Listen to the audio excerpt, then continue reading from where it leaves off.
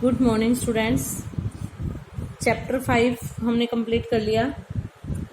आज हम काव्यांश के अंदर चैप्टर 4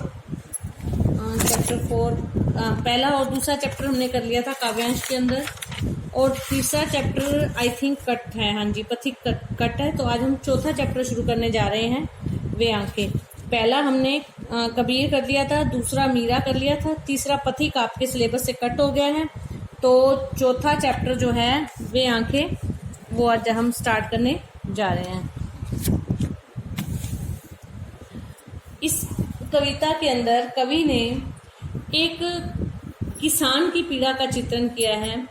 भारत की जो अर्थव्यवस्था है उसमें किसान की और खेती की बहुत बड़ी भूमिका है, बहुत महत्वपूर्ण स्थान है।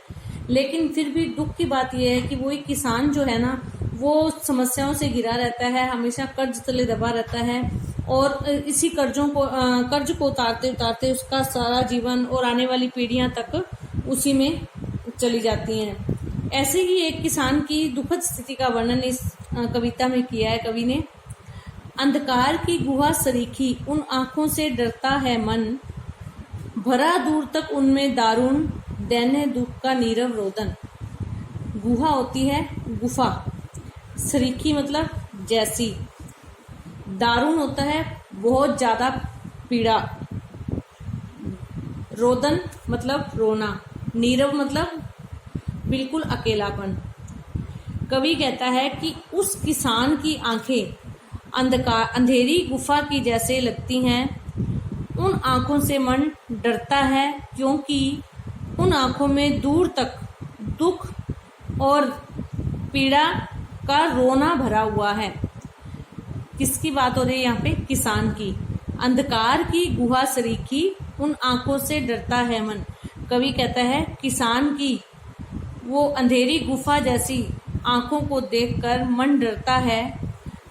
जैसे एक गुफा में अंधेरा होता है ना, ऐसे ही उसकी आंखों में दुख का अंधेरा है। बहुत घनी दुख की छाया उसकी आंखों में तैर रही है। उन आंखों में दुख का, दैन्यता का रोना है। वह स्वाधीन किसान रहा, अभिमान भरा आंखों में इसका, छोड़ उसे मझधार आज संसार का गार दृश्य वह किसका। स्वाधीन होता है स्वतंत्र, अभिमान मतलब गर्व, मंझधार होता है बीच में, समुद्र के नदी के बीचों बीच जो पहुंच जाते हैं तो वो कहलाता है मंझधार। ना इधर ना उधर, बिल्कुल बीच में, मंझधार धारा के बीचों बीच। कगार मतलब किनारा, दृश्य मतलब समान। अब यहाँ पे जो मंझधार है वो नदी या समुद्र का मंझधार नहीं, यहाँ पे ये संसार की समस्याओं रूपी मंझधार है। वह स्वाधीन किसान रहा। कवि कहता है कि वो स्वतंत्र किसान था, इस चीज का अभिमान उसकी आंखों में था। लेकिन आज छोड़ उसे समझदार, आज संसार की समस्याएं उसे मंझधार में अर्थात समस्याओं के बीच में घिरा छोड़कर सारा संसार एक किनारे पर खिसक गया। अर्थात संसार के लोगों में से आज कोई भी उसकी सहायता के लिए नहीं आया। वो समस्याओं रूपी मंझधार में घिरा हुआ है और सारा संसार जो है वो किनारे पर खड़ा ये दृश्य देख रहा है। फिर अब क्या है, किसान के आंखों में अपना अतीत तैरता है। अतीत मतलब बीता हुआ कल।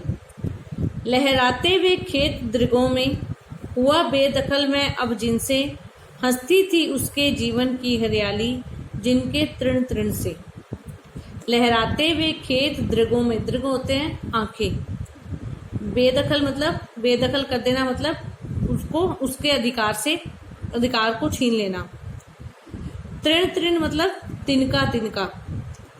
लहराते हुए, आज भी किसान की आंखों के आगे वो अतीत का समय याद आता है जब उसके खेतों में फसलें लहरा रही थी और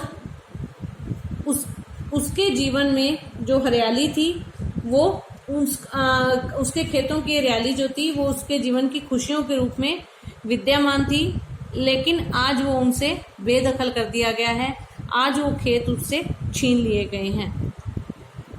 आंखों ही में घूमा करता वह उसकी आंखों का तारा, कारकुनों की लाठी से जो गया जवानी ही में मारा। आंखों का तारा मतलब पुत्र। कारकुन मतलब जमींदार के कारिंदे या जमींदार के आदमी आंखों में घुमा करता। अब किसान की आंखों के सामने उसका जवान बेटा जो कि उसकी आंखों का तारा था वो आ जाता है, जो जवानी में ही जमींदार के आदमियों द्वारा लाठियों से पीट पीट कर मार दिया गया। उसका किसान का भरा पूरा परिवार था, हरे भरे खेत थे, लेकिन वो सारा कुछ कर्ज की वजह से खत्म हो गया और एक एक करके वो सब उसे याद आ रहा है। तो वो क्या कह रहा है कि आंखों में ही उसकी आंखों के सामने उसका जवान बेटा आता है जिसको लाठियों से पीट पीट कर जवानी में ही जमींदार के व्यक्तियों ने मार दिया। बाकी के जो काव्यांश है इसके हम कल करेंगे। धन्यवाद।